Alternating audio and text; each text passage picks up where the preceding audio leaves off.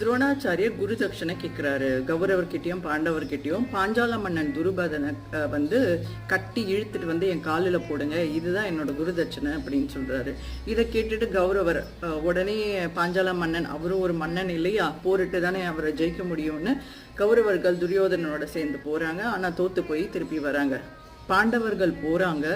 ஆனா பாண்டவர்கள வெறும் அர்ஜுனன் மட்டுமே அந்த துருபதன் மன்னனோட போரிட்டு அவர் வந்து தன் குரு சொன்ன மாதிரியே கட்டி அவரோட காலில் வந்து போடுறாரு. இது என்னடா இப்படி ஒரு குரு தட்சணையான்னு எல்லாரும் யோசிச்சுட்டு இருக்கும் போது துரோணாச்சாரியார் இதுக்கான காரணத்தை கூறுறார். துரோணரும் துருபதனும் சின்ன வயசுலேயே ஒன்றாவே குருகுலம் செல்கிறாங்க. ஸோ அவங்க சிறு வயசுலேருந்தே நண்பராக இருக்காங்க.